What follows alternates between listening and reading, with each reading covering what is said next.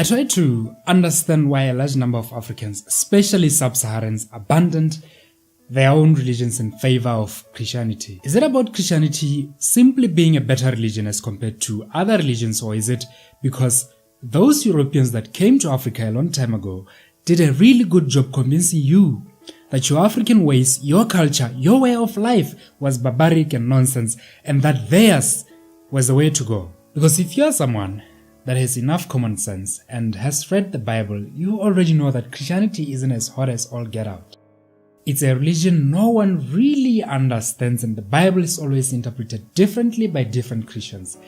Take 15 different Christians and ask them to interpret a verse in the Bible, and you'll get 15 Christianities.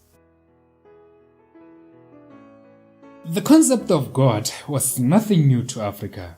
It didn't arrive with the Europeans. Before the arrival of Christian missionaries in Africa, God was already known in Africa by names such as Mungu, Mulungu, Katonda, Ruwa, Ruhanga, Mudimu, Unkulunkulu, Mwali, and 1,000 more. The Botswana people, for example, believed in Lowe. With all that people know about Christianity as a religion today, and knowing that Africans already knew about God, do you mind telling me why you are still Christian? Let me explain something here, and at the end I'll still ask you, an African, why are you Christian? Now, if we believe a supernatural being created all of us, and that being is all-knowing, then he would have communicated with all the different people of the world in ways that each would understand, right? He would reveal himself to Europeans in ways that would be understood by Europeans, then reveal himself to Asians in ways that Asians would understand. This God would then have the intelligence to reveal himself to Africans in ways that he created Africans to understand.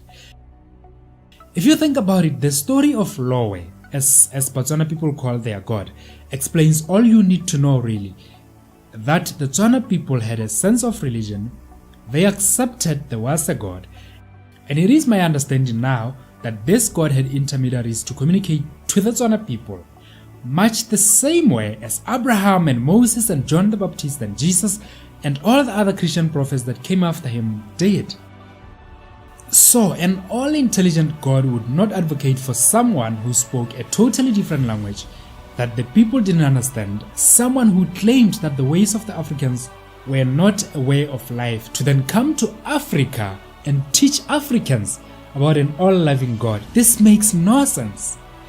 There is no way that a super-intelligent being created Africans to understand language and the world and symbols and worship the way that they did, then sent a British man, someone who so divergent from African languages, lifestyles, symbols, and worship, to tell Africans about this God. It would make more sense if you think about it that this God sent Europeans to teach other Europeans about him, and he would use Africans to teach other Africans about him.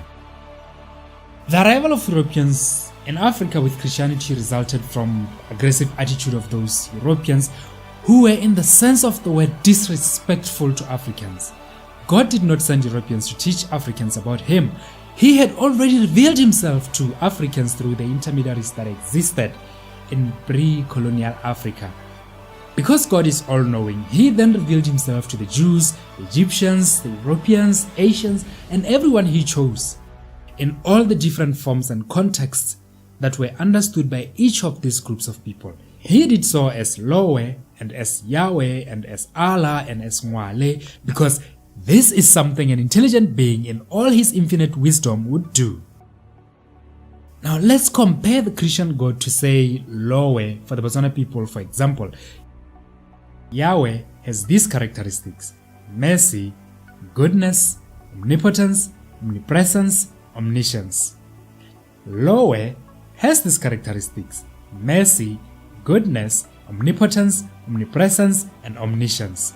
A distinction between the African God and the Christian God is that the God that the Africans already had is not jealous, would not kill innocent babies, would not order his people to turn against each other. He didn't need a book to communicate with his people. Writing and books are a human invention, and God, being all-knowing, has written all there was to understand about how humans should relate with each other and him in everyone's essence. One would therefore argue that there would be no need for a Bible. In the African traditional religion, the teachings were passed down to younger generations through the word of mouth.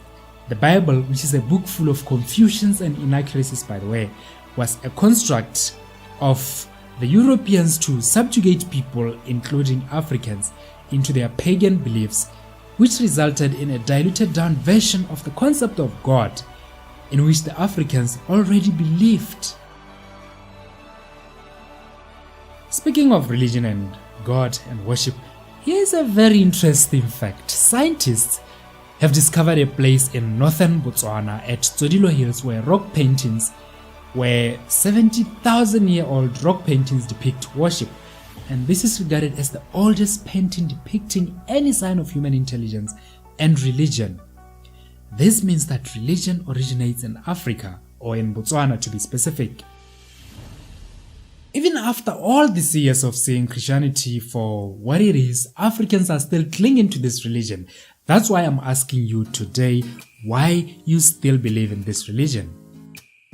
Why do you believe that Christianity is the one religion you have to follow if you seek salvation?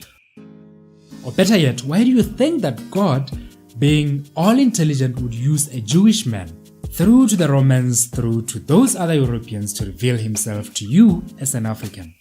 Do you not believe that he had already done that a long time ago?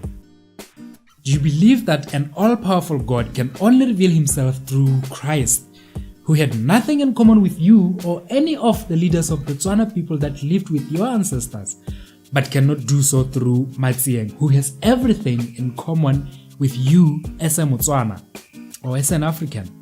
Do you think that God actually waited for Europeans to invade Africa in order for him to let Africans know of his existence, or he had already done that? Which is why the African traditional religion existed before the arrival of Europeans.